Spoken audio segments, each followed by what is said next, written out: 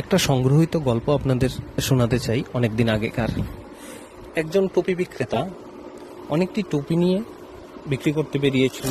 তখন অর্ধেক বিক্রি করার পর বা অর্ধেকের চেয়ে কম বিক্রি করার পর তখন দুপুর হয়েছে।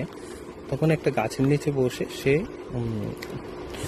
টিফিন করার জন্য বসেছিল। তো টিফিন করা বসে তার থলিটা পেছনে রেখেছিল, টুপির যে থলিটা বা টুপির ব্যাগটা।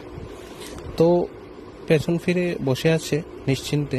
তো তখন কিছু বানর এসে ওই টুপিগুলি খুলে একটা একটা পরে প্রত্যেকটা, একটা বানরের দল এসে প্রত্যেকটা টুপি একটা হাতে করে নিল আর একটা মাথায় পরে নিল, একদম গাছের উপরে উঠে গেল।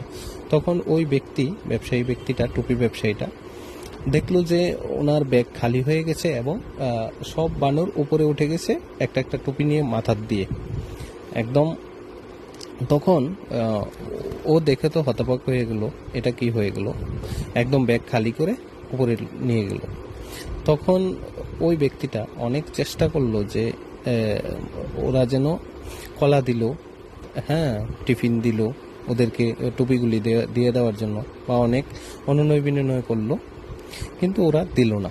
তখন ঘন্টা 2 ঘন্টা পর যখন উনি অনুনয় বিনয় করার পর দিল না, তখন উনি বিরক্ত হয়ে মাথা থেকে টুপিটা খুলে মাটিতে আছাড় মারলেন। তখন সঙ্গে সঙ্গে বানরগুলি কি করলো, বানরগুলিও সেম কাজটা করলো, ওনাকে দেখে ওনার অনুকরণ করে নিল, আর উনি সঙ্গে সঙ্গে সবগুলি টুপি পেয়ে গেলেন। তো এটা হলো গল্পটা।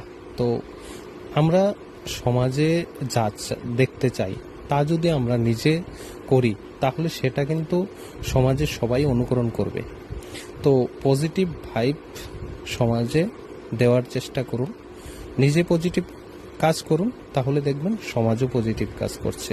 তো এই গল্পটা কিন্তু সংগ্রহীত। ধন্যবাদ।